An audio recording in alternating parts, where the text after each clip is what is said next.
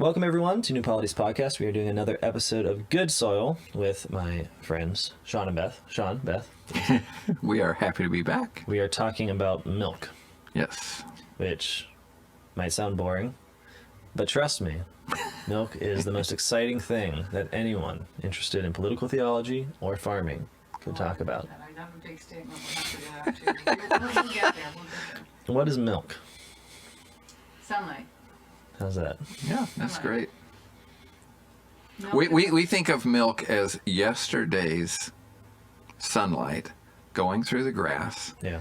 and you're drinking it. For us, we're drinking it the next day, and it is It's really the next day? That's Oh, yeah. the Yeah. process of... Right, absolutely. Whatever guess she metabolism? eats yesterday. Oh, in fact, some of it is that faster than that. So if, for example, the cow should browse on a little bit of wild onion before you milk her, Right. that will be included in your milk. That is extremely So fast it process. is yesterday's sunlight, and it is one of the other things that we love is very few things can you harvest. When you harvest a cow for meat, it's a one-time harvest. Mm-hmm. For us, milk is a twice-a-day harvest, Right.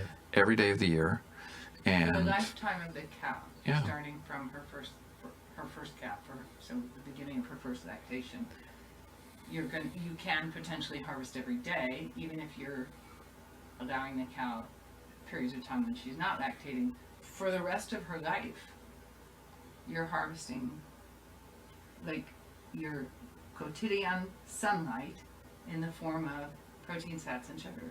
Now, the vast majority, all the life energy on the planet is sunlight. The vast majority of that is being collected on land by the thing we call grass, which is a lot of other things than grass, but includes grass. And that's where all the energy to run a planet has to come from. Mhm. It's got to come from, yes, the woods participate in many important ways, but for human populations at least, what matters are grasslands. And since that's where solar energy capture happens, everything, all life, has to come back to that. The dairy animal just lets you do it very directly. Mm. You know, you can actually trace it back very easily. And as Shawn says, lets you do it in a way that goes on. You know, every And- other harvest is you consume the thing and it's gone. In this case, it goes on being there. and it's a complete food. What do I you mean, mean? you can live. You can live on milk. You can live on In milk. fact, a Wow. diet that help me out with a word, the medical system north of us near Cleveland that everybody says, oh, and then I went to the Mayo Clinic? The or- Mayo Clinic. Yeah. The Mayo Clinic many years ago had as sort of its last gasp curative in the case of things like tuberculosis, the milk cure. And you were sent out of the city and to live on a farm and live on a couple of gallons of milk a day and nothing else Wow. for an extended period of time. And they did it because it sometimes worked, Wow. not infrequently. You know? Yeah. It's a complete food. I don't personally want to be put on the milk cure. I could do it. Yeah, you I could do love it. milk. I absolutely But- love milk. It is a complete food, which is why it's what is made for baby mammals, right? Right, yeah. You can actually take this little tiny mewling, puking baby mammal and grow great big mewling, puking.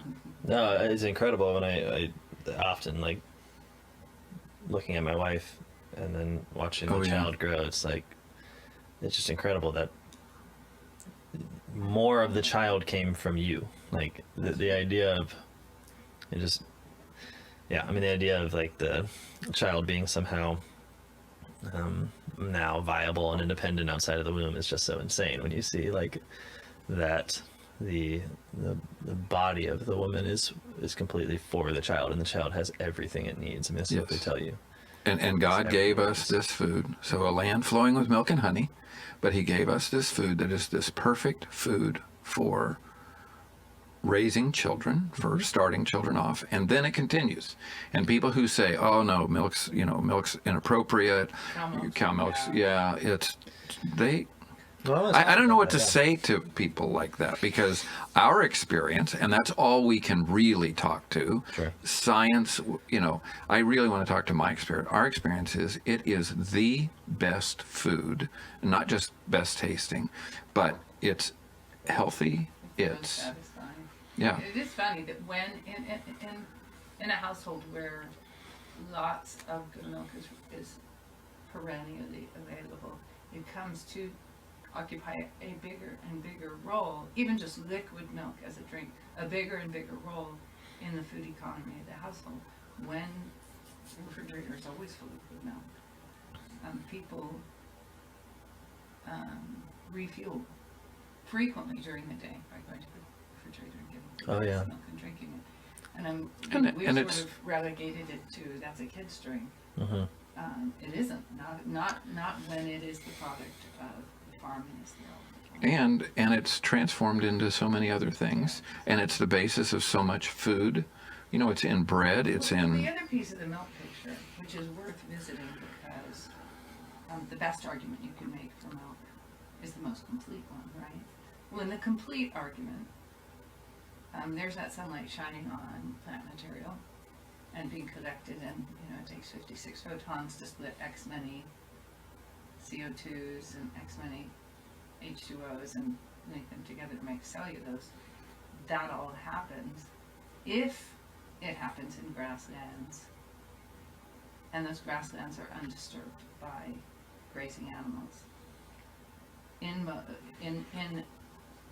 most environments, those grasslands will move either toward desert or toward forest. Mm-hmm. And we can all clap our hands and say forest is ecologically friendly, which is maybe true, but it is not human food friendly. Mm-hmm. Forest in general is not a good environment to go to look for your calories.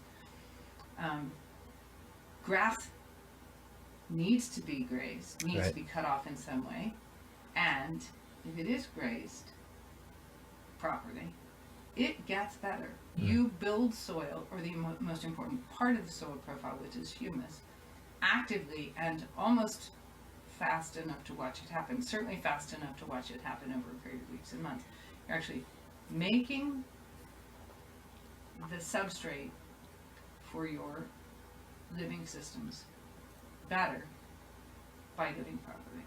Yeah, and we see this around Steubenville because you keep teaching people to do the same thing, and so it's like, oh, I see that you have movable fences and are moving a cow here and there. You must have talked to the Doughertys, sort of thing.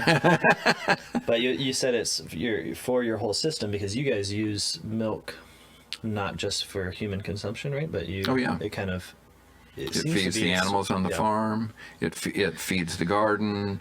It's just how do you feed the garden with milk? I will let my wife talk about that. Well, directly. I mean, the direct answer would be water with milk. So with dilute milk, for example, if you want to give a boost to some plants that you've started, or plants that you have planted, you know what a hugel mound is? Piles of logs with compost. Oh, yeah. And you plant in them. If you're starting in a situation like that, where there may be a low available fertility, you would water with a dilute form of some kind of milk.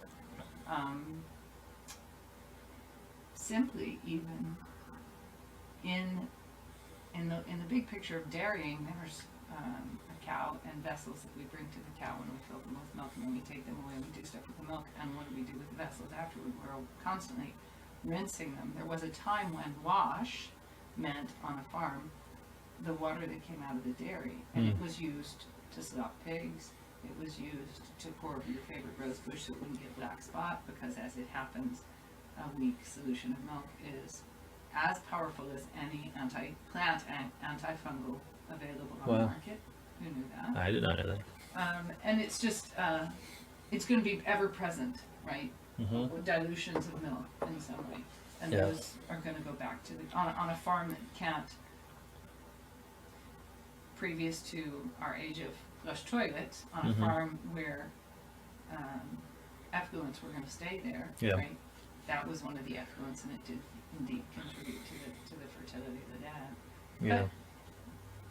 But, milk will feed everything on the farm, because milk is that renewable everyday thing that takes daily sunlight and makes it available for the farm.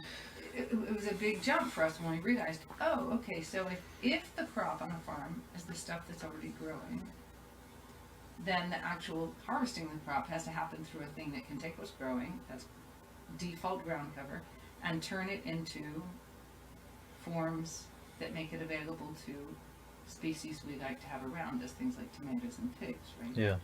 And milk does that. Yeah. It's not just, oh, that's one way to tweak the creation to get an effect you want. Grazing animals are the way that human cultures make food available to themselves in the vast majority of situations. Okay, sure, we can look to the Inuit and say, okay, they're not primarily dealing with grazing animals, but most human cultures go back to some form of cooperation with grazing animals. Yeah. And sooner or later that cooperation tends to become husbandry, not just hunting. Yeah. We're getting ready to go speak at Homesteaders of America. This is in October in Front Royal. And one of the workshops, we're going to have a whole day workshop on building the input-free farmstead. And this is something that we are finding more and more people very interested in, because they get a few animals, and now I'm going to the feed store all the time in order to keep these animals alive. And they're kind of basing their whole farming on what the commercial farm does on the miniature. Sure. And we have abandoned that through finding that we can feed our animals from the farm. And so our cows go out and they eat this grass, and that's all free. So we don't have to go to the feed store for that. And then we take this milk, and it is the heart of, it's not the only thing that we're feeding to our other animals, but it's the thing that makes the input-free farm work. No, it's very beautiful. It does seem to be analogous to the fruit of the tree, like the milk of the cow, and really the milk of the animal does seem to be like, if in the pregnancy of the animal, the new individual is sort of the exterior fruit, like, well, there's the perfection, it's walking away.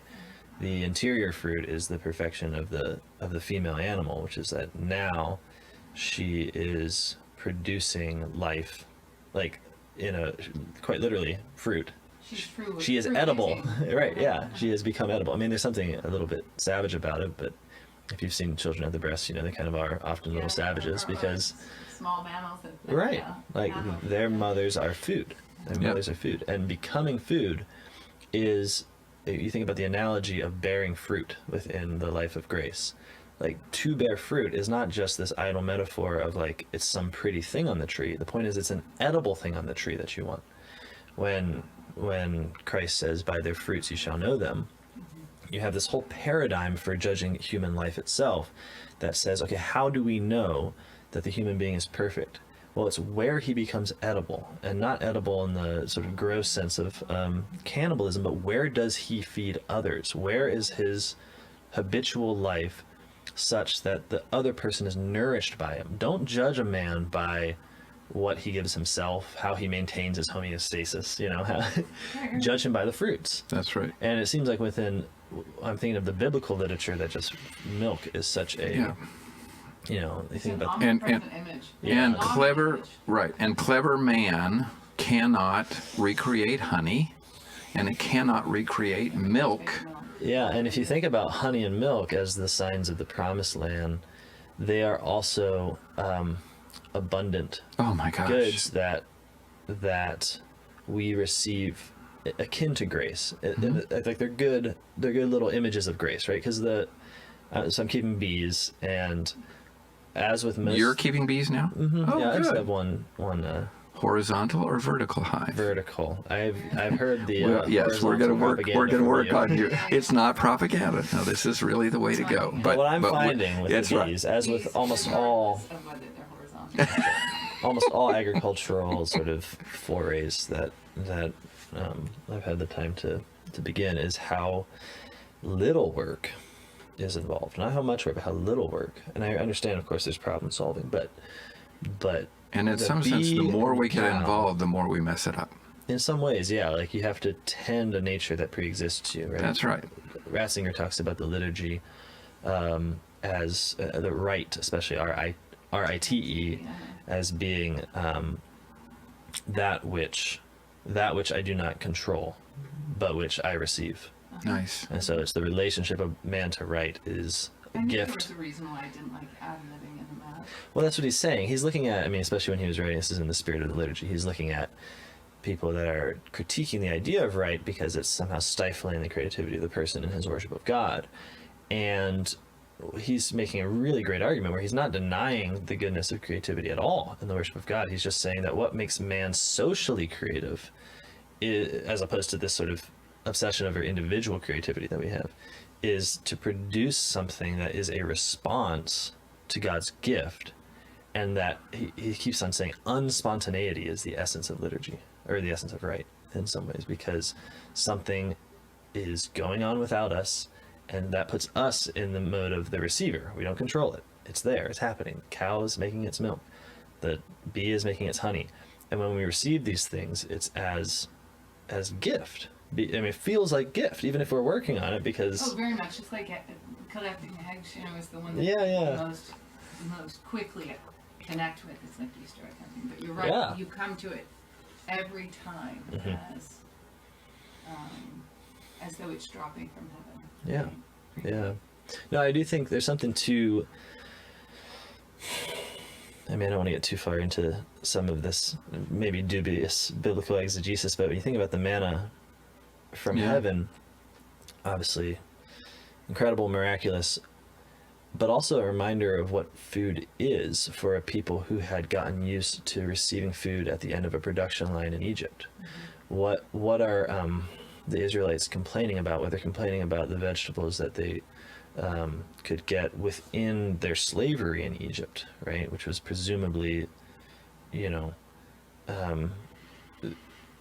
related to a certain rationing. Like they're able to receive that as slaves, and now they're free, going away from these vegetables, and towards these abundant ideas, milk and honey, things that are going to simply be received. And it just seems like God is reminding them that all food, at the end of the day, is like manna. I mean, it all comes from heaven. And you needed it in this spectacular fashion because you'd forgotten it, because you saw it as being at the end of a supply chain, because I like that. you were part of an empire that... So manna really enacted for us that food is gift. Yeah, I mean, most... You think it's gift. Yeah. Well, okay, so where does that put us presently? Oh my gosh. All people don't like food that isn't already processed and packaged. We're afraid to pick something off a tree or pick something off the ground and eat it. And so we do not, this has been we've had to form our thoughts, especially in teaching, around an increasing analysis of modern food ways as people in the United States of America, in the first world today, know, if they know it at all, only abstractly and at a great deal of distance, that food is an agricultural product. Yeah. Well, and raw milk is dangerous. Right. Now, and we always do say that the way that milk is being handled now by the big companies, it would be dangerous as raw milk. But for us, we're taking it from the cow, we're going straight to stainless steel, straight to glass. Can you explain the process of industrial milk collection? Because I don't know that people would know. And why is it that the resulting product is one you have to boil and sterilize in order to make it fit for human consumption? Why is that? Well, so that it's the nature of grazing ruminants, the things that we milk, right? To live outside on grass, eat, defecate, walk around, sleep out there on grasslands, and it's under those conditions that they naturally produce milk. And if we want it, we take a container out and squeeze the milk into it, and then go use it in various ways. And that, roughly speaking, really was how milk was produced on farms all around the world. And why a farm always had a milk cow. Right. Even when they were traveling on the Oregon Trail or something like that. They would keep their cow with them because it was their source of the best food. And so that really is an image, an accurate image of how, say, my grandfather, right, in the middle of the last century, was producing milk for home consumption, a certain amount for sale. Not how we grew up. Right, I did not grow up that way, but that's how my grandfather was producing milk. Mm-hmm. As a whole lot of causes drove small farmers and small farms out of the American picture, and farm methods were industrialized. Farms got bigger to pay for the industrial equipment. Bigger farms always means fewer farms because, of course, we're not making more land. So if my farm gets bigger, it's because my neighbors stop farming. And as we began concentrating all of these activities, but we'll choose cows, in one place, very quickly you get to see the limitations of animal concentration when you're looking at dairy cows, because a cow's natural way of living is to walk out and eat. Mm-hmm. And if it's a dairy cow, it walks back and gives milk, walks back to the barn, gets milk, walks out and eats, walks back and gets milk. Well, a cow's legs are only so long, and she's only going to walk just so far. So within walking distance of a dairy, there's only grass, cow walking distance, cow ambulatory distance. Cow miles. Right. There's only just so large of an area that can hold cows and take them back to a central dairy and feed them to. Right. And that, we could apply a number, and I'll give you a rough number, say 25 to 50 cows can live in one place and still have room around them to forage if they're managed very carefully, fill their bellies, make milk, come back and get milk twice a day. And we exceeded that number. And in order to exceed that number, concentrate those animals under fewer owners and in fewer places, we began feeding them grains, which were being subsidized by the government, so it made them artificially cheap. So that was an easy way to have an easy to move, easy to store, small to feed out, concentrated food to give to these animals. The other thing that we, of course, had exceeded is the number of cows any given proprietor can hand milk.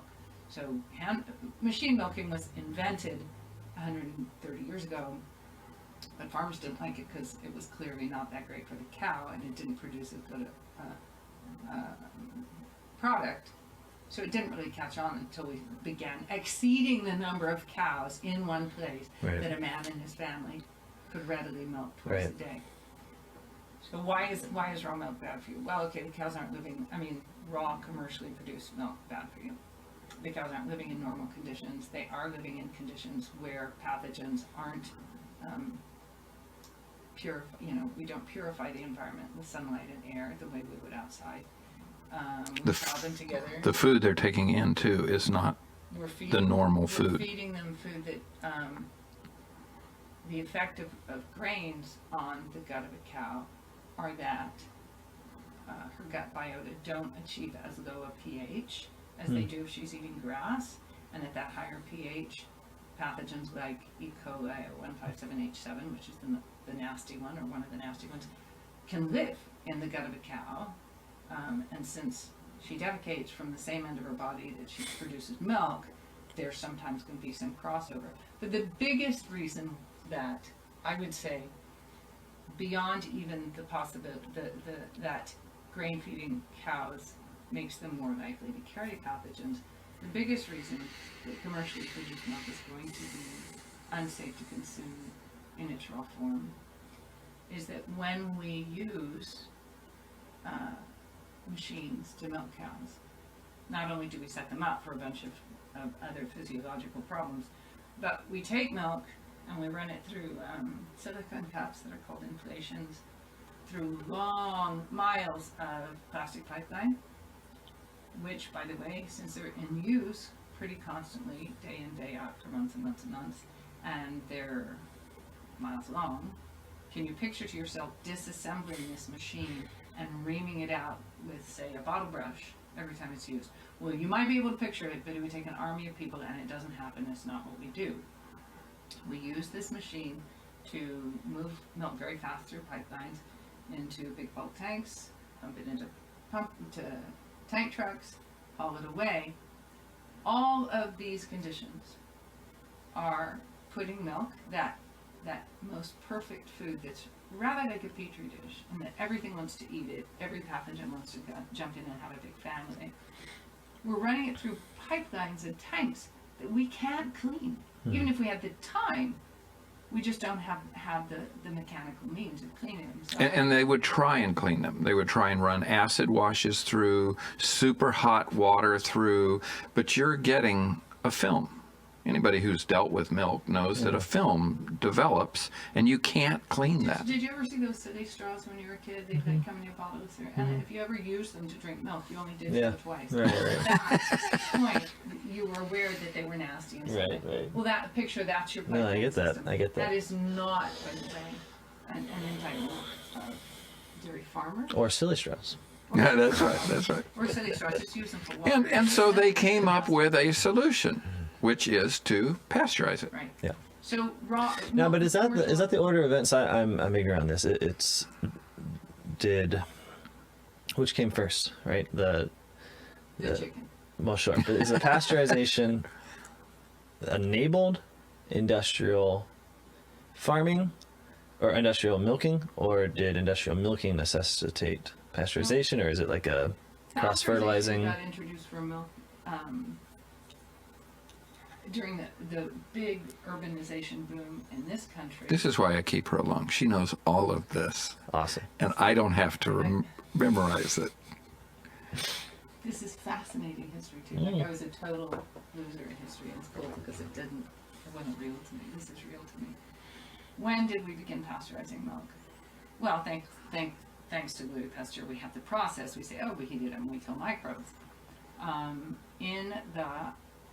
And I'm great at forgetting exactly what decade, but think late 1800s and to early 1900s, as our cities were getting larger. They were becoming manufacturing centers of the Industrial Revolution in a way that, Manchester in England was just a faint shadow of. So we had a whole lot of people squeezed into a small area. A lot of those manufacturing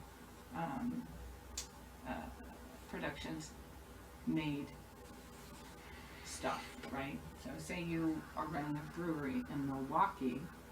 One of the side effects of that brewery is you have a whole lot of grain mash that needs to go somewhere all the time.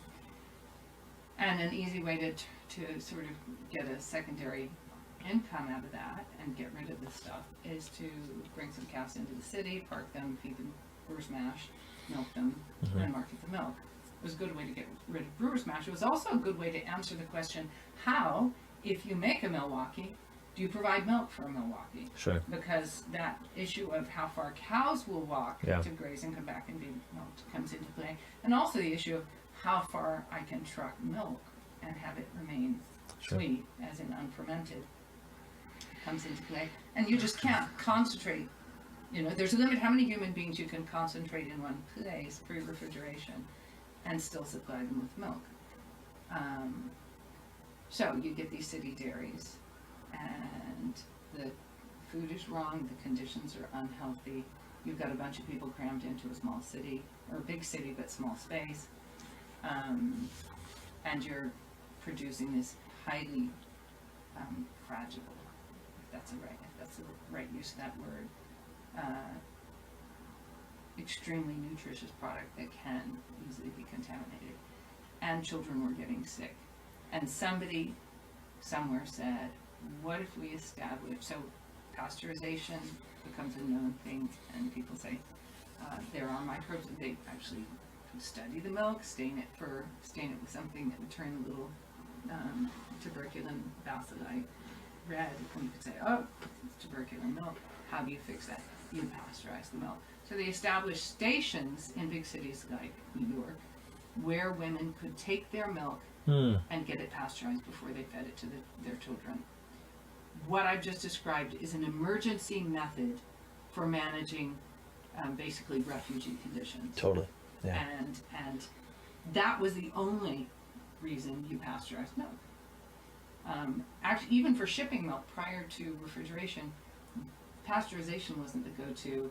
Some weird stuff was, like, there was one point where formaldehyde was being added to milk before shipped to cities to keep it sweet, as in unfermented for a little bit longer. But pasteurization was not a norm. And in fact, that's very evident if you go back and do your reading, because it's always referred to by the fact that it's pasteurized, whereas farm milk, country milk, is it's exempt. Nobody would dream of pasteurizing it. And in fact, Pasteur is supposed to have said when he knew that they were I don't know if it's true, but I like it. Pasteurizing milk, he said, "Oh, look what they've done to my lovely milk." In French, of course. Whatever he said. So then why did we start pasteurizing milk later on? Pasteurizing all milk, yeah. It had to do with the growth of cities, the fact that we were shipping milk from further and further out. Yeah. Now, I would be interested in, I haven't done this research, but it'd be nice to know who began the practice of requiring pasteurization. Yeah. Because actually, raw milk sales have been allowed all over the country for many, many years, and went out, the right to market raw milk only disappeared as the dairies who were grandfathered in as raw milk dairy, as dairies that didn't have to pasteurize, as they went out of business. Sure. So, if the stuff was unsafe, why would you have a grandfather clause? Right. If it was really, if pasteurization was necessary, why would you say, well, not you, because you've been doing it a long time, you go ahead and peddle raw milk even though it's toxic? No. For whatever reason, we felt the necessity of, we corporately, our government felt the necessity of eliminating the possibility that milk would be marketed in any way pasteurized state. Yeah. But pasteurization followed upon large cities, large dairies, and long-distance shipping. And for us and for our friends who are doing this, it is not necessary. Right. Yeah, no, this is the crucial thing. I mean, what you're saying is an industrial process necessitates an industrial solution. That's right. And if you're not using an industrial process, that's right, it's not necessary. And right. It seems to be a certain law of nature that where greed exceeds, and I don't mean greed in some like malicious finger wiggling way, but just in the sense of that transition moment from a desire for goods to a desire for profits, where profits are money. It seems to be this law that it turns nature to poison, because, like you said, there's a limit to how much you can amass when what you're amassing is the gift of God, right? Now, if you want to amass something that's totally made by man, like, I don't know, Bitcoin or something, you have some expanded affinity for amassment, but amassment generally, you think nature abhors a vacuum. You should see what it does with an amassment. Detests it. Right. It's toxic very quickly. Yeah. And so that whole principle, I think, I mean, it's in the Bible, which is just because the Bible is in some way the book of nature. You think about the story of Abraham and Lot. They're farming, and they run into this point in which they're both expanding in power and wealth. They're kind of princes of the earth, and God is blessing them abundantly, and I mean, it's very beautiful. But they do run into this problem that their shepherds are starting to fight because they're butting into each other in some way. It's a little vague exactly what's happening. I can picture it. Oh, absolutely. yes, you're right. I'm watering my sheep at that spring out of the way, Right. Or that's where I was going to pasture my lamb. Right, exactly.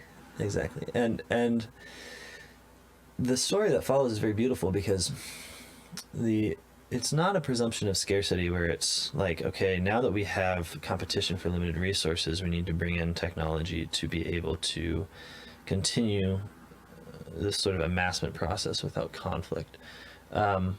Abraham tells Lot to go choose the land that he'd like to go to. And of course, this is presuming an abundance of land, which there really was.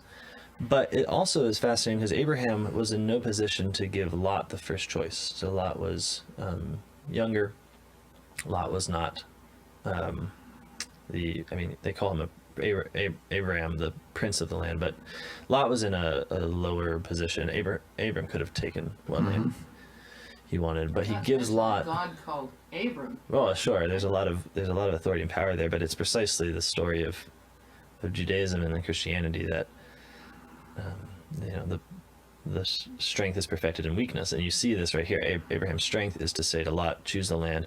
Lot goes and chooses the best portion. He goes and chooses the land like unto Eden, it says, whereas Abraham goes the other way. And it's interesting because Lot then, of course, becomes enslaved to Sodom. But what I'm trying to get at is there's a point of growth which necessitates distribution, right?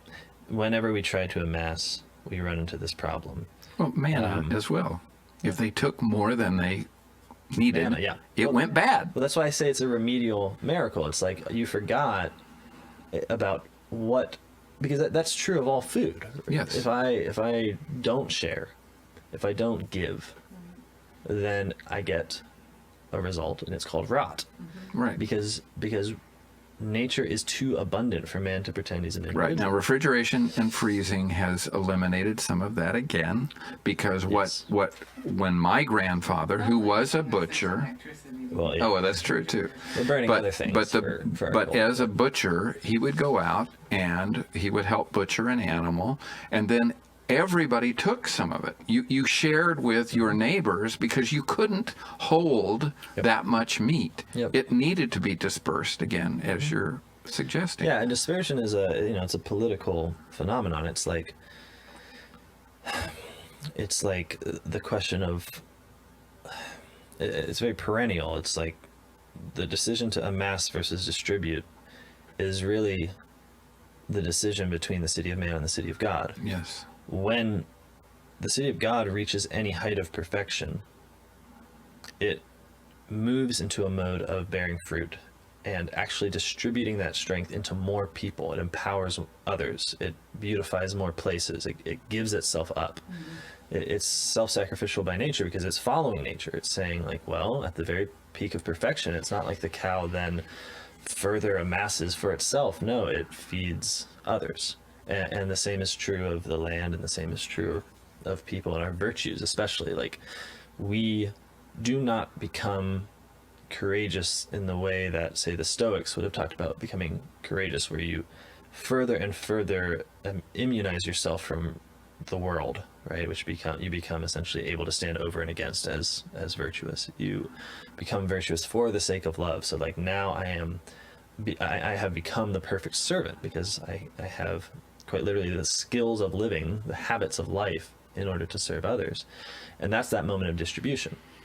City of man is the opposite. Like Augustine just characterizes it as a love of self. And what that means is whatever we have is for us. So we amass and we amass. And then those amassments are destroyed. And that destruction is characterized as the wrath of God.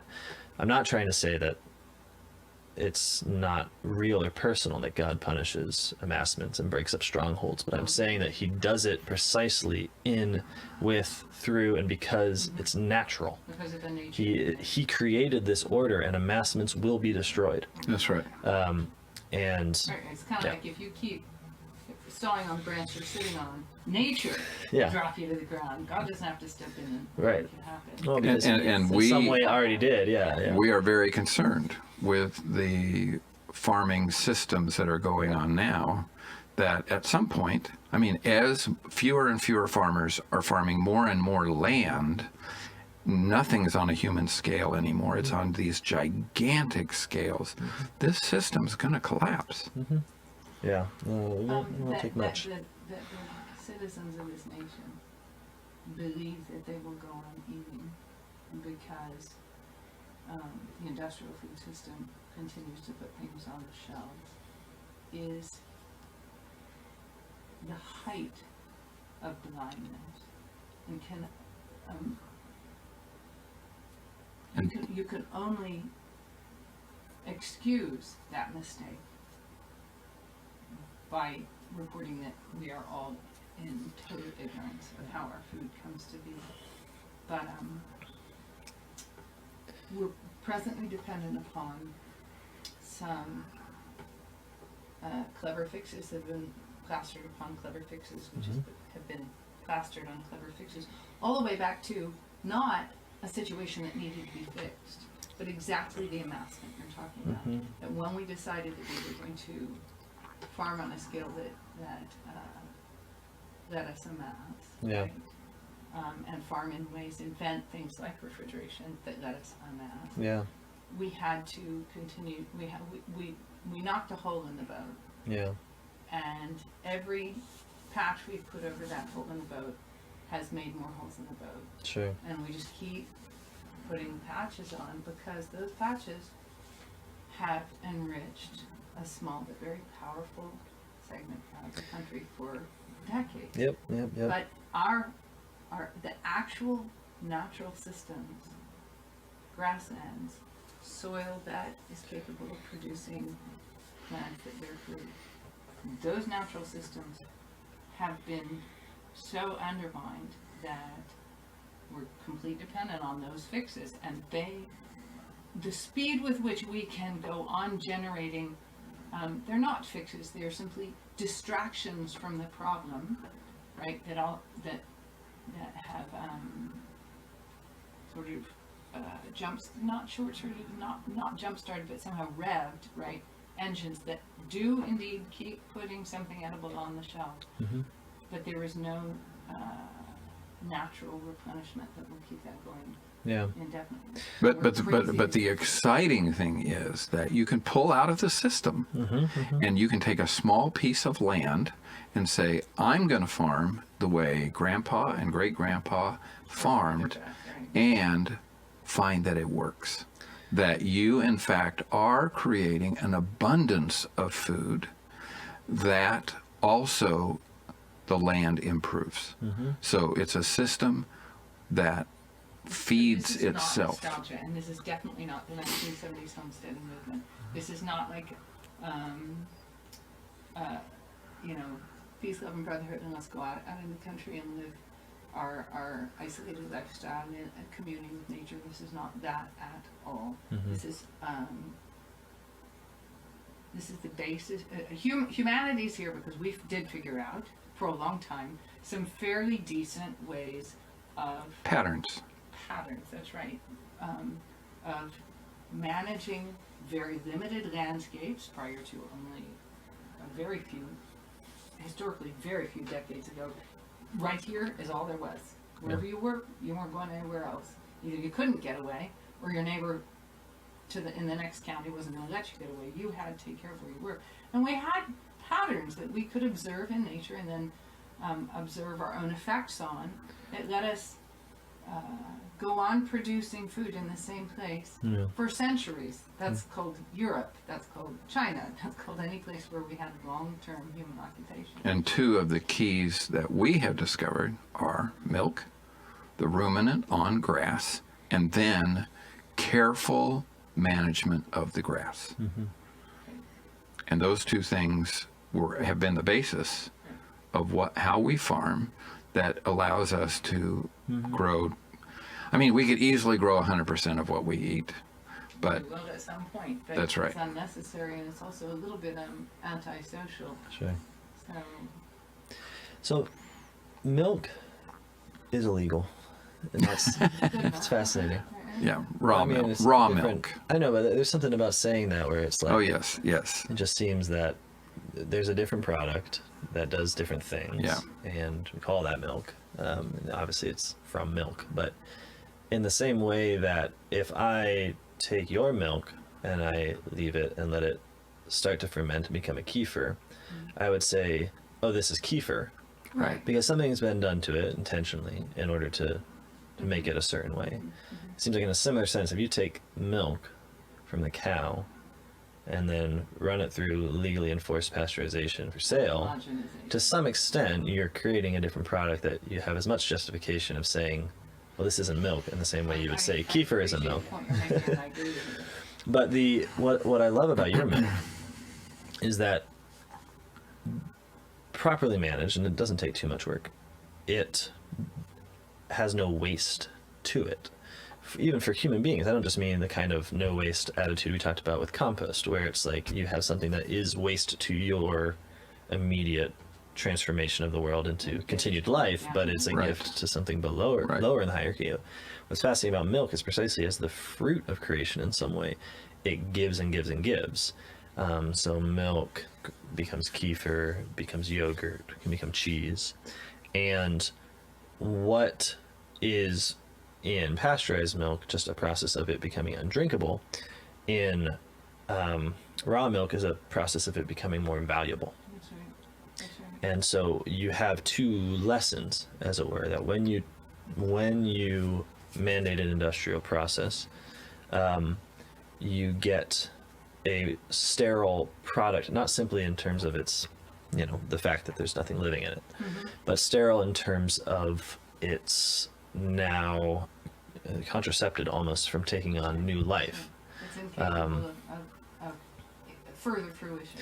And you said briefly that all of our, the term is somewhat hip, like all of our manufacturing of scarcity, where we take things that are obviously, as long as we're virtuous, going to provide and provide abundantly, get rid of that virtuous part, and then start to create systems where they will no longer provide abundantly unless someone is enriched. That's the manufacture of scarcity. So in doing that with milk, it seems like we have struck a I don't know, maybe esoteric or at least poetical blow at really one of the dominant metaphors for the goodness of life and the goodness of existence, or in the abundance of life, the abundance of existence. That thing that,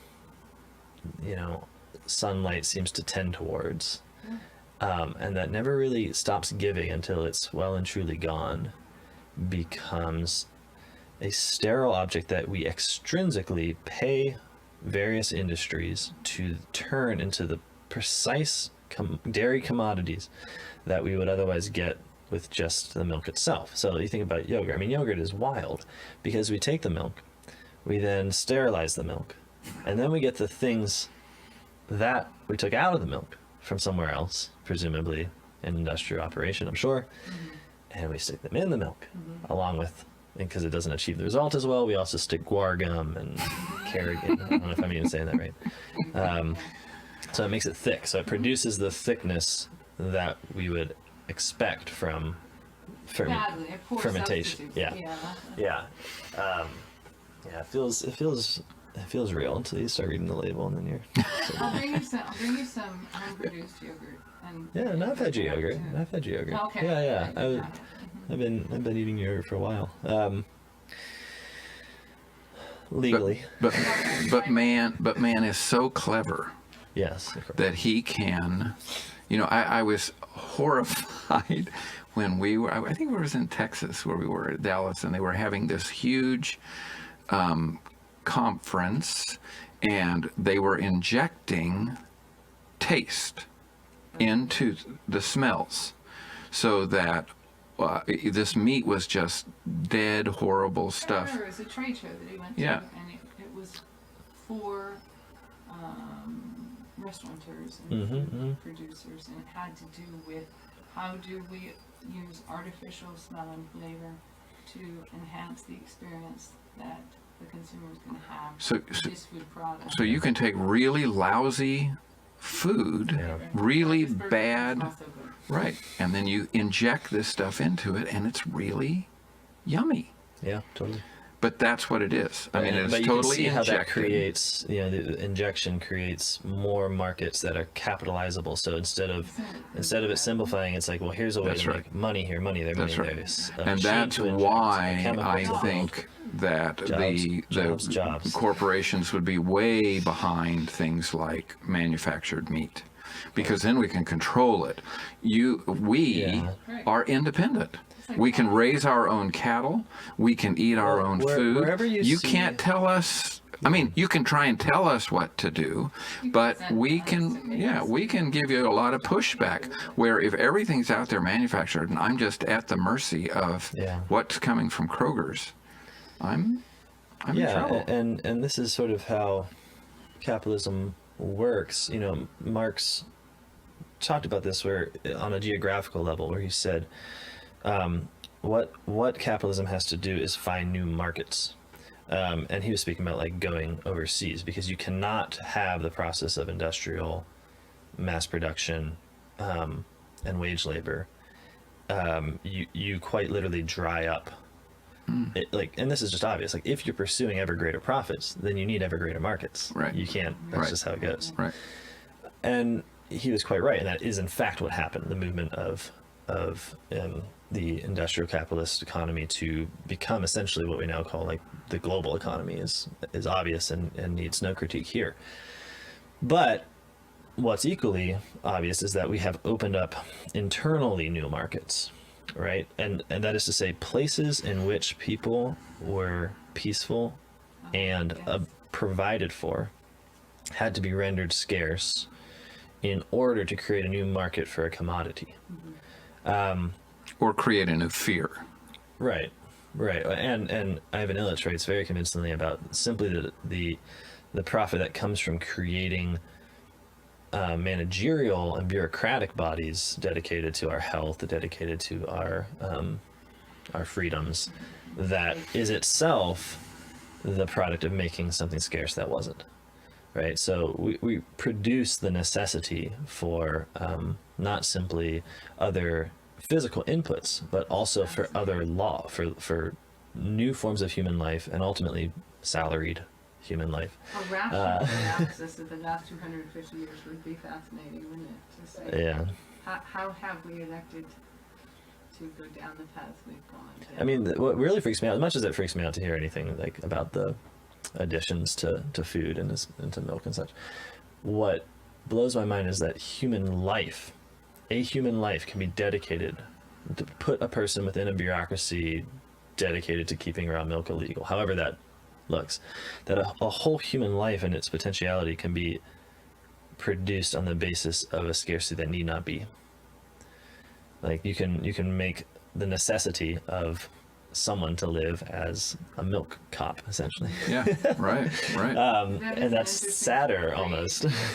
Yeah, we create new roles for the manufacturing of scarcity, and it's then deeply distressing, because once we've done it, there it is, right? And so it is real, and then it becomes difficult to take human beings, right, who live in a universe that they experience as real, and speaking as one of those human beings who grew up in a universe that I experienced as real on some level, is very difficult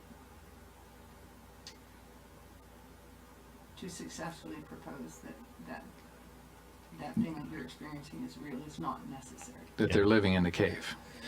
Yeah, but even in the cave, things are they're chained at first. Yeah. So things are necessary on the basis of real power structures. It's just that those power structures didn't have to happen. They're not for God. One of the things that we, when the agricultural system breaks down, which again, we think it's going to happen, it's going to be hard. It's going to be very hard. It won't affect us very much, but it is going to have a huge, and we're already seeing that. Fertilizers from Ukraine, they're not able to get them. That's our system right now. Yeah. Something's going to happen. Some food is not going to be available, or something is going to happen. And that is going to be very painful to huge cities that need that. I don't know what's going to happen. The problem with milk in particular is that we have no distribution of property in this country. Like, you have land, yes, and so you're capable. But that's right. Even you are grazing your cattle on other people's land. That's right. The vast majority of people, like the story of America, and I guess I would imagine Europe at a slower pace, has just been the destruction of private property over time. And by private property, I don't mean what like the libertarians mean. I just mean that people do not own skills, and they do not own land, and they do not have power and capacity, because those have been amassed in the hands of very few people. It's just very obvious. And so a collapse in the agricultural system will necessitate a revolution in terms of the distribution of property. Or at least the distribution of the use of the access. Yeah, right. What I mean, and I mean this quite simply, like if we really had that, then I think people would either have to take enough land to be able to go back to the kind of life that you're talking about, or they will die. Right. That will be, That's right. or more likely they will arrange certain relationships that will be similar to feudalism, where land ownership remains somewhat large, much smaller than it is now. I mean, now it's like Right, just but- insane. But that's But- another way of saying people have taken it back. They've simply taken it back as a group instead of taking it Correct. back as And individuals. the problem then becomes also that this land has now been destroyed. Yes, that Now we've got to take this land. Now this is something that when we go to these conferences and speak, people come and talk to us and they say, how do we take row cropped land yeah. that has been fertilized and all this kind of stuff, how do we turn that back into? And we are seeing a lot of experimentation from people that are starting to do this. It takes time, but it's possible. I mean, I think we're starting It to is see. possible before it becomes impossible. There is a point beyond which. When it's covered with concrete, Yeah. Right. Well, I was picturing, the Arabian Peninsula, for example, and thinking, okay, so there may be a point beyond which it is not humanly possible to reclaim a piece of land. But fortunately, most of the United States, at least, does not presently fall under that heading. Although some of it can be very difficult. We just did some advising at Mayor. Georgia, Atlanta. No, the college. Oh, Hiram. At Harvard College, north of here, about 2 hours. And there's a 15-acre plot of land that they're proposing to use in regenerative ag. 14 years ago, that land was under the plow. It was part of a cornfield next to the college. It had been rented out. And when that rental agreement was rented out, the land was simply let rest, right, for 14 years. It is appalling. It is reclaimable, and it's going to happen faster than we deserve that it should happen if they use good practices. If they bring animals But in. you would recognize immediately what you were seeing, that a dense community of lots and lots of weeds, broadleaves, coming out of a slick clay subsoil with no organic matter on the top, except for, that little bit of moss that, desperately spreads itself over spaces like that. It's going to be difficult. But Yeah. it can be done. But it can't be done while we're relying on it for food.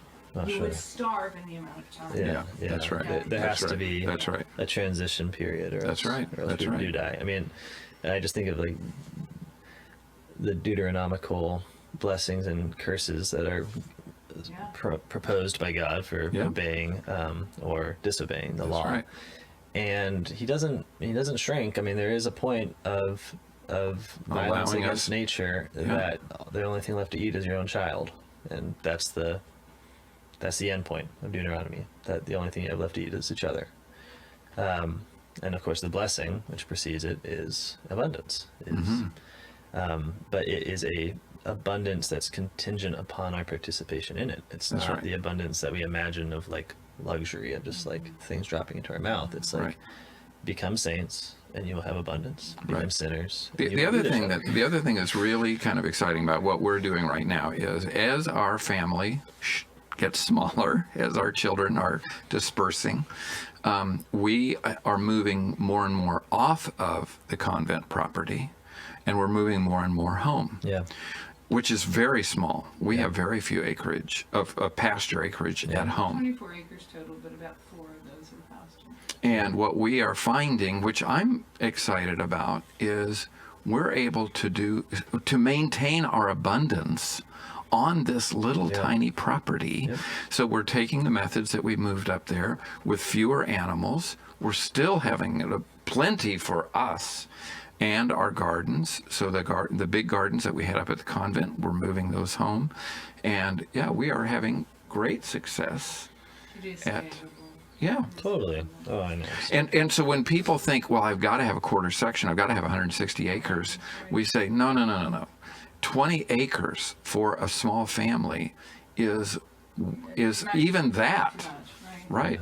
Half I- pasture, half woodland, well managed, and you have abundance. Whatever. Obviously, it depends on your climate and your soil. That's right. But the potential is there, right? In most climates, in Yeah. most soils, the potential is there for a small acreage to become an extremely abundant, productive, Yeah. sort of home base for a large family, large extended family. Yeah. And the more land you own, it starts to own you. Rather than you being able to do something with it. You're spending enough time just trying to manage this, because land demands management. I feel that way about my yard. Yeah, I don't think I know. even that. That's right. That's right. I mean, it'd be fascinating for you. I mean, we would love to watch this. How much abundance can you get from what you have, and then that little piece of property across the road, Yeah. which is not, you do not own, No. but the owner has said to you, do what you want with it as long as you keep it mowed. Yeah. And I think these are the experiments that I'm very excited about. Yeah. That what can we do with that? Well, and depending on the food waste that you're following, I mean, King, who wrote Farmers of 40 Centuries, can't remember his initials. E.F. is Schumacher. I think there's an F in the King. But anyway, Mr. King, who wrote Farmers of 40 Centuries, was documenting Asian agrarianism, which meant almost everybody in the country. Yep. And it was something like an average of 2.5 acres per household, where all of the needs, and this is including things like fiber and fuel, of these families are being met, because they're not going to be met by anybody else. There's not a philanthropist next door who's Sure. going to fill in for you. Are being met from about 2.5 acres. Wow. And this is multi-generational families. Now, what that presumes is a level of intimate care that is unceasing, Yeah. that recognizes that to waste something is to kill it, is to cast it out of the realm of the living and make it unavailable to anybody. And that's a one-way street. Yeah. Right? Yeah. And since resources are finite, that's a good way to commit suicide. Sure. It's not a good way to do anything else. So think about that for a minute. 2.5 acres would typically support some, parents, grandparents, children, some poultry, a pig or two. It might be supporting a larger animal, but that would be typically for draft more than for milk or meat, just as a motive force. And then all the plants that were needed to go on generation after generation after generation for 4,000 years, go on supporting the people living there. Wow. Kind of amazing. That is incredible. Yeah. No, and I wonder if it's not even smaller than that. Like when you care for a place, it's funny, I have this experience every time when I look at my yard in the I winter. have to say. Well, in the winter, but- I look at it and I think, it's so small. How do I do anything with it? And then as things are growing and I'm in the garden, it's like the world itself becomes bigger because it's expanding in its meaning and what it's giving me, but I feel lost in it. I'm like, this is huge. This is huge. Right.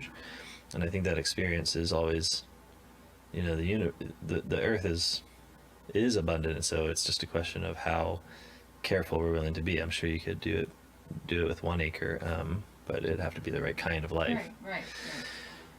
Well, I want to end with talking a little more about milk, or rather maybe just like doing a kind of a speed round on milk, because we did say we were talking about milk. But the problem with milk is that, of course, as the fruit of right habit, it is about everything. And it's very hard to talk about agriculture without talking about everything. But what do you think about people who, maybe that's uncharitable, not about what people, not what do you think about the people, but what do you think about their thought? What do you think about the notion that to have milk is a sort of interruption of the calf and the mother, a kind of I mean, what business do we have? There's a certain violence, and I'm thinking of like the vegans in some ways, but there's a certain violence that's presumed that we're kind of taking the cow away from its milk. For our dairy cows, and our dairy cows are not super big producers, and they're all grass. They're on grass, and they're Right. a smaller breed we're not managing from. The abundance of milk that's coming from that cow, a calf, certainly a young calf could not consume it all. Yeah. So we, in a certain sense, we have to be there, or that cow's going to have mastitis. And these are not even huge producers. Now, as that calf grows, yes, it would come to a point where it could take all of it. But the cow is going to move to grass. Mm-hmm. And so the calf is going to move to grass. Right. And needs to move to grass because it's a problem for that mother if the calf, and we've seen problems like that, where the calf at a year or something like that keeps going after the mother and trying to nurse. It's a problem for her. Yeah. You can, I mean, what makes a dairy cow isn't just that we squeeze her and get milk out of her. Sure. Because that's every cow. But she is metabolically inclined when she takes in calories to make milk with them as opposed to make muscle with them. Yeah. That's how we've differentiated between the breeds we call beef and the breeds we call dairy. Is the breeds we call beef are the ones that naturally are inclined to put calories on their backs. The ones we call dairy are the ones that are naturally inclined to put calories in their udders. And since those are the ones we're talking about milking, we're not interrupting any nursing relationship over here. We'll look at the dairy animals. Certainly in the commercial world, dairy cows are taken from their mothers often minutes after their birth and fed inferior foods in inferior environments with inferior care to what their mother would provide them with. And I, for one, think it's pretty appalling. And we don't do that. Any part of it. Yeah. When it is perfectly possible, and it is what we do, to calve out cows. That means mama is going through normal life, reaches the point of parturition, drops a calf, nurses it. She'll simultaneously be added to the milking stream the cows were milking, and she will for a period of time be milked and nurse her calf simultaneously. At some point, if what the calf is taking exceeds, it is so much that we're not getting what we need for the house, we can put the calf on a 12-hour on, 12-hour off relationship with mom. And if you want to know whether the calves object, as soon as these calves figure out that they have a private bedroom and shelter at night, they go to it. They do not need to be present to mom and nursing all the time to be happy. And We'll get one night or two nights when there's a little bit of bawling because they are used to it. But after that, that's right. After that, they are very happy to go in. Is Mom really there? And Mom leans against the outside of the barn and says, "Yeah, I'm here." And Yeah. once they've decided, okay, this is okay. So what Rousseau said about mankind, which is that the children wander off into the woods after they're nursed in the original state of nature, is more true about cows. It is, right. And people whose complaint about milking cows or milking ruminants is that it's abusive of the animals, haven't watched the animals get milked. Dairy cows, we can take a dairy heifer. She's 2 years old, 2.5 years old. She has not been handled by people. She's run in the herd that we move. She is accustomed to and comfortable with human proximity because we are the bringer of good things. We open gates and let her onto new grass every day. She gets bred, drops a calf. Immediately, her life is going to change because we are going to interact with her physically. The training period, where you bring a heifer into the barn and begin milking her. This is a cow that has never been This milked. not even been handled. No, right? no. Her We always hope that we're going to bring this, when we know that it's getting ready to calf, we think, okay, we're going to start bringing this animal into... barn with the others. She'll get used to it. Never happens. Yeah. She's busy with other things. That's right. So this heifer is unfamiliar even with the barn. How long does it take and what kind of force does it require to train her? Well, in a week, you can kind of assume she's going to go willingly into that stanchion. How many times is she going to kick you when you're learning, when you are teaching her to be milked? No. Now, there are exceptions. We've had, in 25 years, we have had one or two, mostly one, just bad-tempered animals that did kick. But do cows object to being trained to stand at a stanchion while you milk them into a bucket? They do not. Mm-hmm. They have a harder time going into the stanchion. Well, and not having their head in there while their calf is where they can't get to it. Right. Sure. So what you're actually seeing is maternal anxiety quickly alleviated because you finished milking her and you turn her loose and she finds her calf. The training period for that to become easy might be anywhere from 2 days to a couple of weeks. But this is not an act of violence. This is not something the animal finds deeply distressing. Yeah. This is a brief training period. You vegans with dogs spend more time exercising force and coercion on the dog to train the dog than we have to spend convincing a cow to let us milk her. I mean, she wants the pressure off. That's right. She wants the massage. She appreciates the physical contact, just as Poochie appreciates being brushed. And the calf is not taking as much milk as needs to be taken off this cow. Mm-hmm. Which is why, I mean, I've talked with vegans about this, and the more consistent ones argue that there should be a universal destruction of the species of dairy cow. I mean, not the species, because there's bovines, obviously, but the consistent ones say that their very existence as something that needs to be milked. And so they advocate an ontological destruction of... And one of the things that we would say to that is, where is the fertility going to come from for improving the land or maintaining the land? I just love the arguments of vegans. No, there's for an animal. I know, it's like an atom bomb. I'd like to I'd like to find the vegan who is producing all of his or her own food locally. Producing. Right. Him or herself locally in an animal-free food system. Yeah. I am not saying that it couldn't exist, and I'm waving a red flag for the isolated vegan who thinks he or she is doing that to send me a nasty note saying that I'm doing it. And that note would be intended as a demonstration that it's a viable option. Yeah. And if there are, and I would say all year round as well, which we are able to do with our system. And not just all year round, but I want you to be enacting the same system 10 years from now. I want to note that this is a long-term viable system.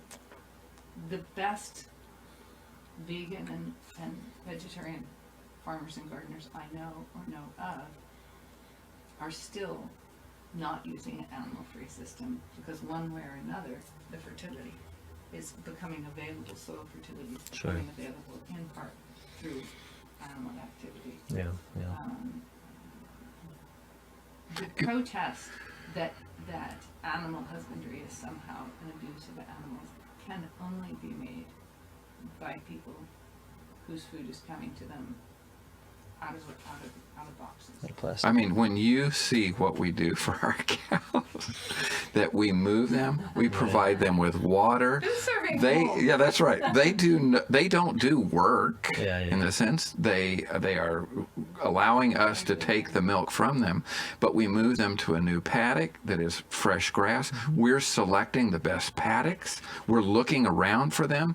We're getting the briars out of them so that. And one of the proofs is that if for some reason there's a time lapse after they're milked, put into their new, fresh, lush, rich paddock, they stand by the barn and tell us, like, what the heck?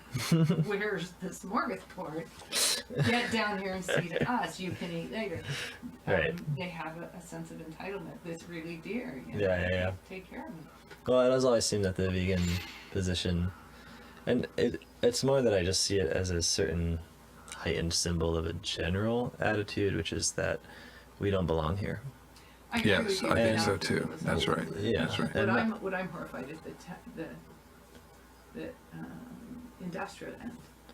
You can only Yeah. argue for your veganism in a complete vacuum of actual information about where that food's coming from. You cannot defend food production in an animal-free system.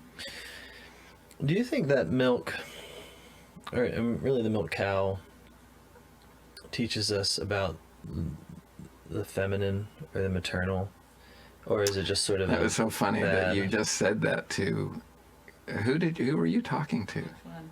You said, my cow is one of the women on the farm. She is another, she is one of my women friends. Right. That is the relationship that you. I don't remember who you said that. You just said that to I somebody. think it was down in Kentucky. It might have been. Because in some ways it's like when you talked about, Express the question again. well, it just strikes me when you talked about the kind of milk as being able to provide everything. There's a certain of course it's an image of the maternal, it is from mothers. And so when you're actually milking a cow to essentially receive, at least in the body, humanity's fruit, like that which nourishes. There's a relationship to the maternal understood as whatever is shared between human mothers and animal mothers, where the maternal is kind of obviously displayed as a world or a cause or a totality where you're completely taking care of others, and in that role of milk you also have precisely the vices typical of femininity as well as the virtues, right, which is the capacity for totalization, total control over like the child. So I think about, like, I'm trying to balance the milk as the sign of abundance, and then in St. Paul, when he's talking to the churches, he says, we fed you on spiritual milk because you were not ready for meat.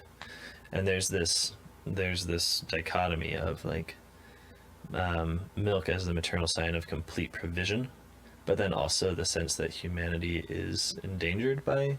Well, I can talk provision, to the positive. Out of that. Yeah, I don't know that I can talk to the negative as much as I can talk to the positive, which is that as we were developing our farm and developing our practices, and for a very long time we did not have good practices or not complete practices. And as we saw that the milk cow and the pasture and the soil, if we were taking care of all these, as we've already discussed, we have this abundance of food that spills beyond milk to the whole farm. We have this incredible abundance. It gets deeper and richer. Right, and it's getting better every time. That sense of security, that sense of, well, of course God made it that way.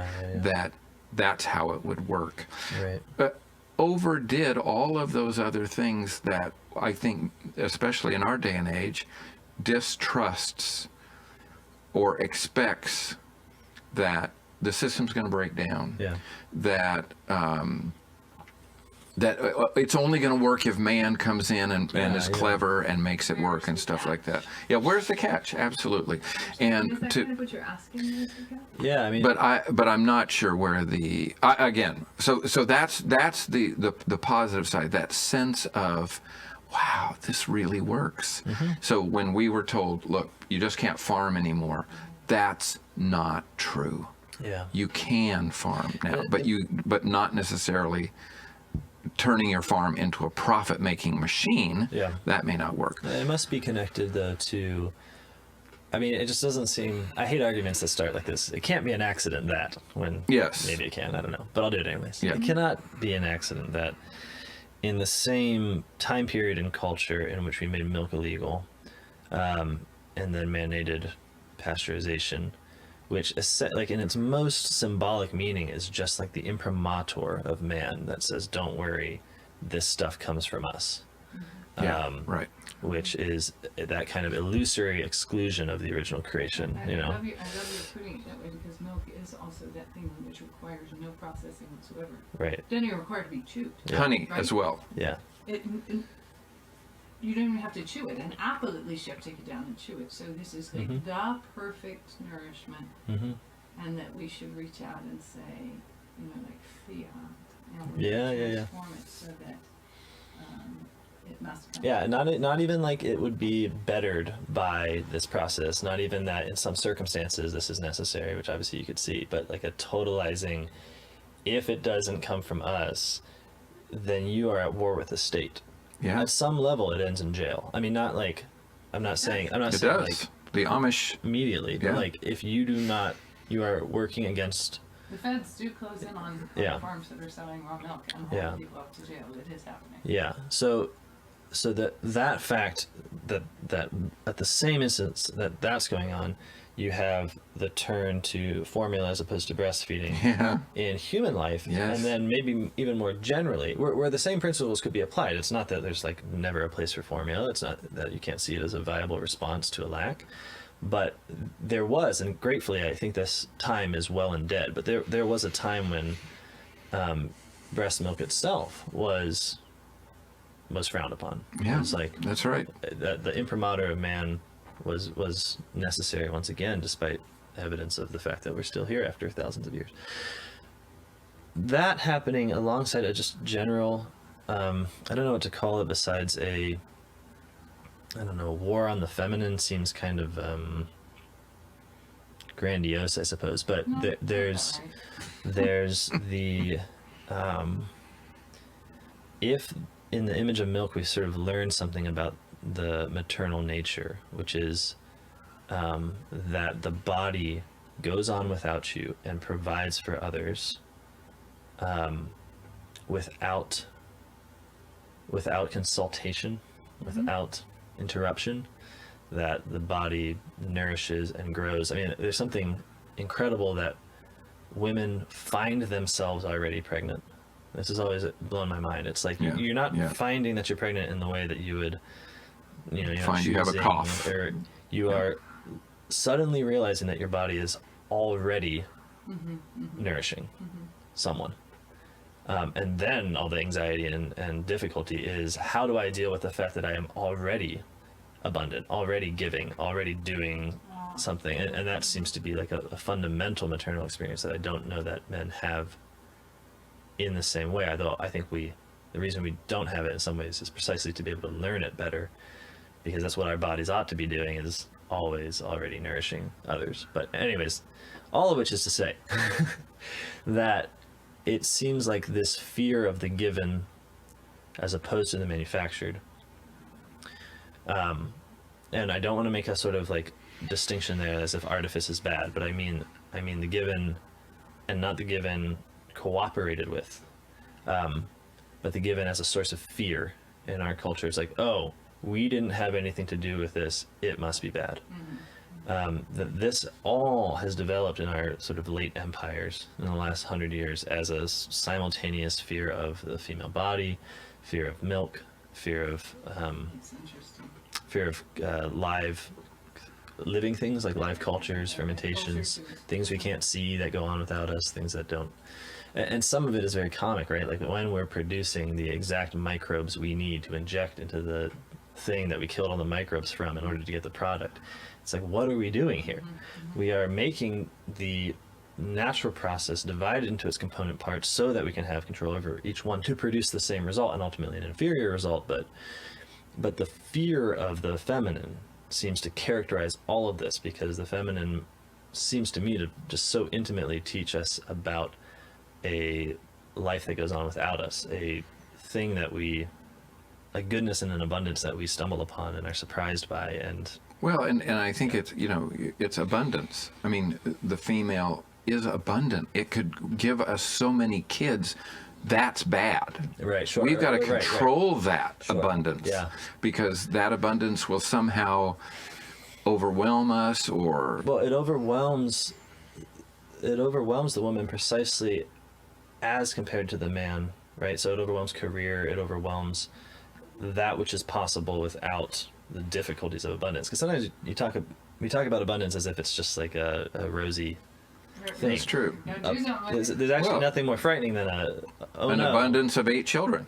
That's Yeah, right. An abundance of or 8 children you look at the could garden be and you overwhelming. say, oh no, all the tomatoes are red. Yes, that's right. That's right. And so that inspires action and creativity and artifice. I'm not. Well, and with milk. Yeah. I mean, we have a lot of milk in our refrigerator right now. Yeah. With the earlier question, which we didn't really hash out, maybe because it was beyond us, of, like, where's the catch? I was thinking that the catch is when you try to keep it. Yeah. Yeah, That's what I was trying right. to indicate by, like, the prototypical vicious mother is the smothering mother, right? Mm-hmm. The one for whom that relationship, and I don't even think it's like only.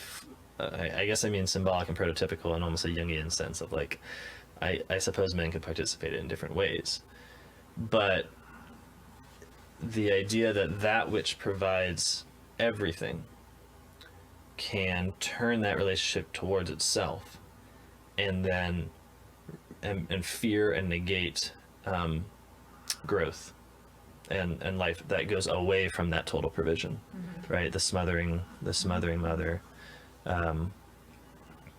seems to be the prototypical, or dragon mother, I think is sometimes the term. And so it seems like in the Bible, at least, you have this vision of milk as having this twofold thing. On the one hand, it is abundant, it is provision, it is a sign of grace. On the other hand, it is precisely that which you must, as Christians, move beyond to arrive at meat. Like, you cannot exist in a world that isn't constantly distributing and differentiating you and pulling you further along outside of a totally closed. As though we're naturally provided with a place of almost perfect comfort, so that we can leave it. Right. Yeah, no, that's beautiful. That's beautiful. And I think that is, I mean... I think it's a dirty trick. Oh, I know, it stings. But, yes, right. But there's also a Goodness point... for it. As a mother, I know that it would have been, like, my desperate desire to prevent my children being made to suffer. And thank God it wasn't one of my options, because I would certainly have been so emotionally attached to the thought of thrusting some obstacle between them and those cosmos shaking moments that you have as a child, through small events as well as large. The moment where you perceive death, and I would, as a mother, have been incapable of stopping myself, projecting myself between the child and that experience, as I would have been incapable of not grabbing them if I saw them, falling into a place of danger. So thank goodness that dirty trick has played on us. Well, I mean, there's a lot of, I'm trying to remember who actually says it, but the male is often, it's like the sign of differentiation. So you have this, like, paradox that, like, when children are born, women nourish them, and then men typically pretend to kill them, and it's very funny. Oh, that's funny. That's funny. Yeah, if you want to make a baby laugh, just pretend to drop it and then catch it, and then laugh, because the most hilarious thing in the world to a baby is not being provided for. That's the first joke is, and that's such a great testament to humanity. Like, well, we're the kind of creatures that laughed at the thought that we're not loved. That's what it's like to be a baby, and then you learn other jokes on top of that. And it seems like there's something about agricultural work, we call it husbandry, and there seems to be something poetically related, at least, and actually related, which is that we tend to interrupt maternal completion for the sake of new things.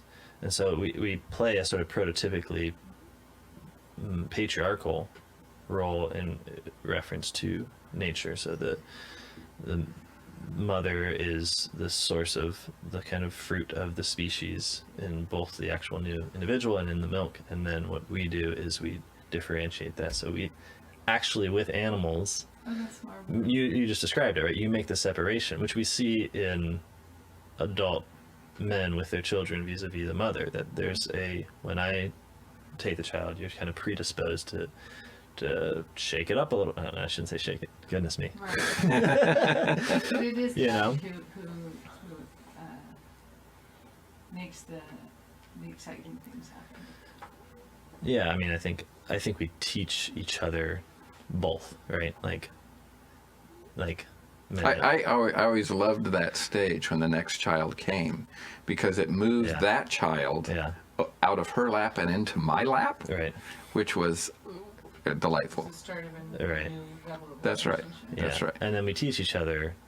Edith Stein, I think, said, and I have some problems with the phrase depending how you interpret it, but it, on the whole, is great. Like, if there are differences between the sexes, it is because it belongs to us to teach each other the fullness of humanity.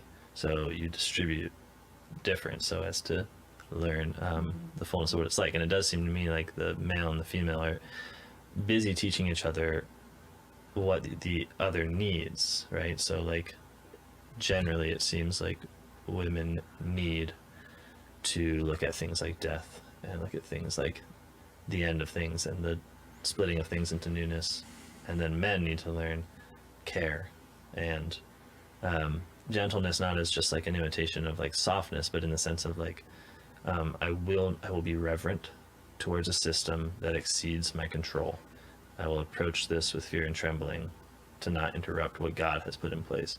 That's this mutual teaching that seems to go between men and women. Generally speaking, of course, people get mad because it doesn't relate to a particular situation, Right, but right, that's right. how it is. We're teaching each other, you know.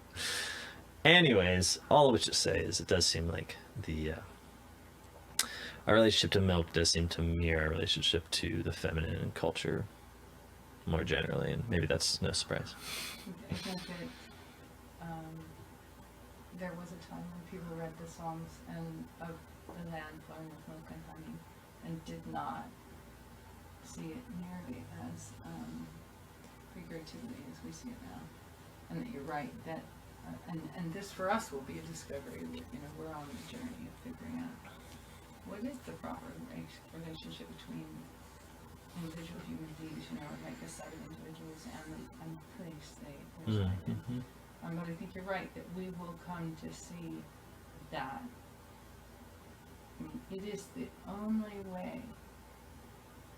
It's the only way. I can't think of another. If Soylent Green is like the industrial attempt to do the same thing, it is the only way that we can reach into our living environment and draw from it daily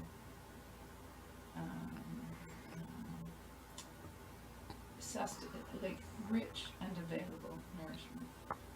And then all other things flow out of that management. And we could go on for a long time on this topic. And I'm not even going to begin to crack that one open, but I like that you've started my mind thinking, oh, this is a much bigger picture probably than I begin to grasp. I see this little, you know, I've got it by the tail, and there's a lot more to the significance of milk. And Yeah, I mean, you think about how it's also eschatologically fulfilled that in the New Jerusalem is a mother. right, She's a free woman, and we that are- nurse from her abundant breasts. We suck fully of the milk of her comfort. And so you have this in the Christian life. It begins with milk and it ends with milk, but the difference is crucial, right? Like that in the beginning, it's the milk of our own inadequacies, right? Because we are not fit for the fullness of the mysteries. So we receive the condescension of God to give us what we are capable of, but precisely because it's milk, we grow. So we become more and more capable until we're capable of meat, as St. Paul talks about, spiritual meat. And then in the eschaton, we're back to the pure reception of grace. We're nursing infants again. Only now it's through the way of knowledge. It's through the way of human maturity. It's growth into saying, at the beginning, it was all grace and I didn't know it. And then I lived. And now at the end, it's all grace and I know it. I know it. And I think that's such a, I think milk having the kind of beginning and end of the scriptures seems to make good I knew sense. we were onto something. I But expect to see you wrap this one up for us. All right. It's gonna be good. I'll do what I can. yeah. Okay, well, thanks everyone for listening to us talk about milk. I understand that for many of you, you may not be in a situation where you can go get a cow. I get that.